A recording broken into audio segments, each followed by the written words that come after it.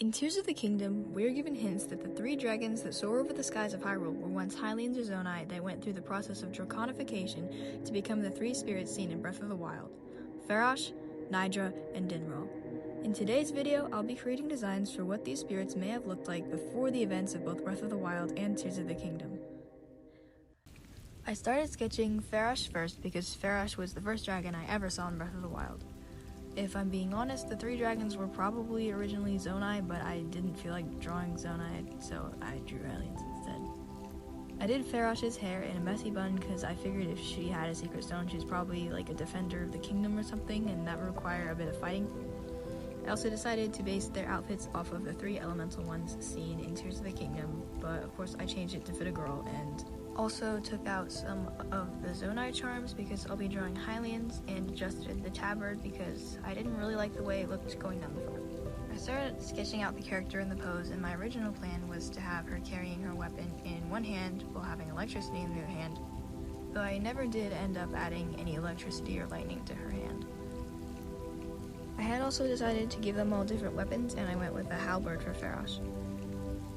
As I was sketching the headpiece, I realized that it didn't really seem to fit with the character or the hairstyle, so I ended up removing it later on. I wasn't really loving the entire sketch though, and I especially didn't like the top, so I started sketching a simple figure and started designing the outfit on there first, and then I would add it onto the character. Being able to get the concept out onto a simple character without any pose gave me the opportunity to be able to rework my design if I didn't like it, or to change things without having to repose the character. Having multiple references out also helped a ton. Overall, I was really liking how this design was turning out. I think removing a lot of the more clunky Zonai jewelry kind of helped to make it looser to fit the character's more athletic looking concept. I enjoyed drawing the three earrings as well as all of the face paint on the three dragons' faces.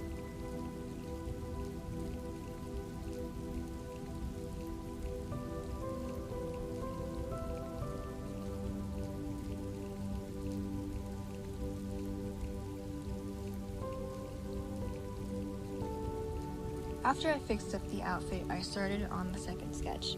Usually I only do a rough sketch and I use the cleanup as my line art, but because I was changing the outfit of the character, I decided to do another before I did the line art.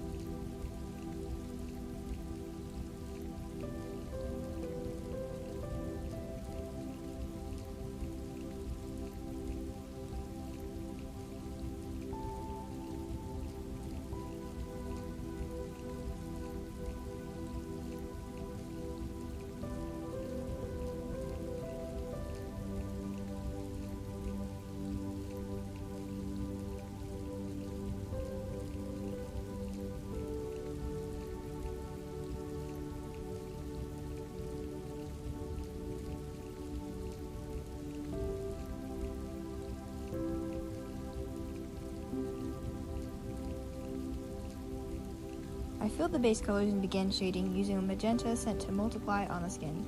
I didn't do anything super unique, I just went with a basic lighting situation and added a bounce light to the left. I really enjoyed shading the colors on this character, especially the bright green in her eyes. I also enjoyed painting in her tattoos. I feel like it tied the design together and added a sort of ancient Hyrulean feel to it.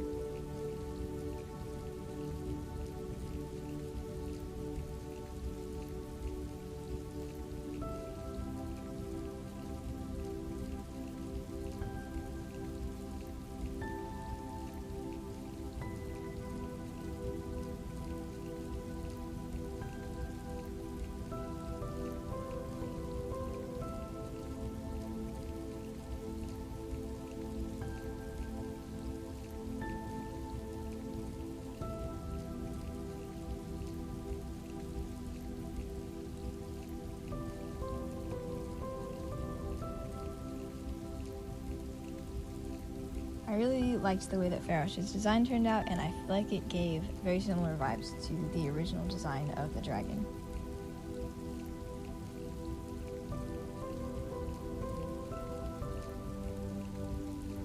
When I started on Dinroll, I didn't realize that canonically all 3 dragons are female. For some reason in my head, an NPC had told me that Farosh and Nidra were both female and Dinroll was a dude, but I guess I got it wrong and I just remembered wrong.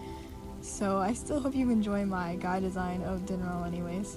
I did have a pretty good mental image of how I wanted him to look. This time I started on the outfit design before I did the pose, so that I had an idea of how I wanted it to be. I changed the top to short sleeves and placed the tabard in the same way as Farosh's. Because I changed the tabard, I also changed the way the fur around the waist is placed. I always thought that the fire elemental costume for Link looked a little bit hot and stuffy, especially since he was using fire to charge up his attacks and stuff. I always thought that it looked like it was uncomfortable. So I changed it to be a little more lighter weight, and like Farosh's, a little bit more athletic. When I went in to pose the character, I was having a lot of trouble drawing the hair. It just never looked quite right to me, and I couldn't decide what kind of weapon I wanted him to have. I messed around with the sketch for a really long time, but after a lot of trial and error and a lot of dissatisfaction, I decided to just start over. I searched on Pinterest for some cool curved swords that he could carry and brought in a reference for the hairstyle. I had a way easier time with the sketch, and the pose came way more easily.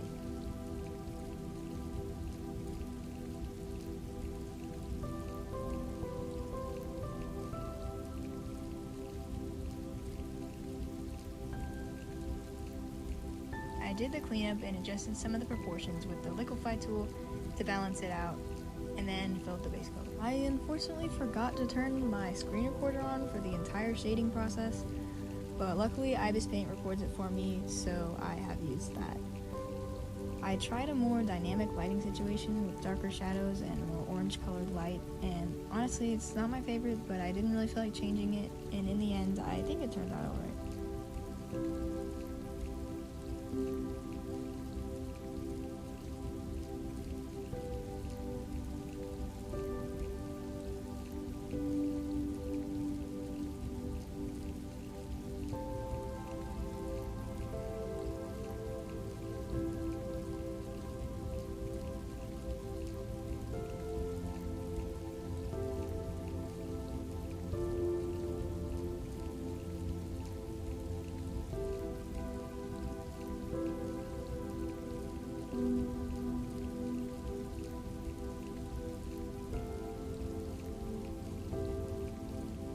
The last design I had to do was Nidra, and after completing 2 characters already, this one flowed so much more smoothly.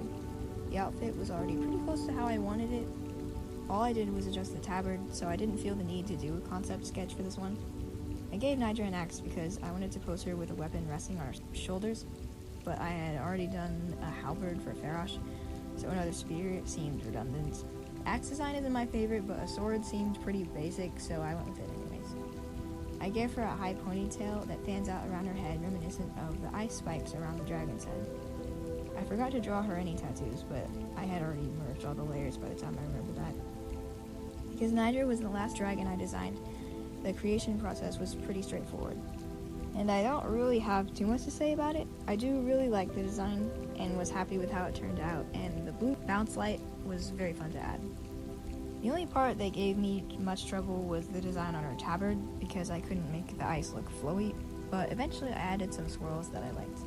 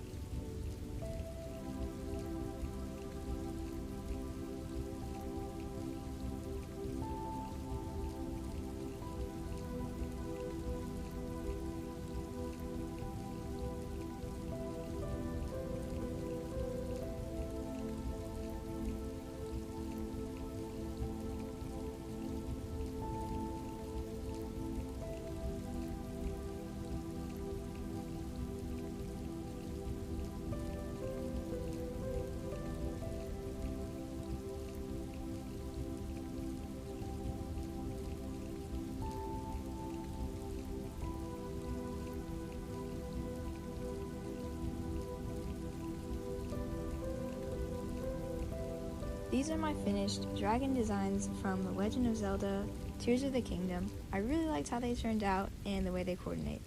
Thank you so much for watching and have a blessed day.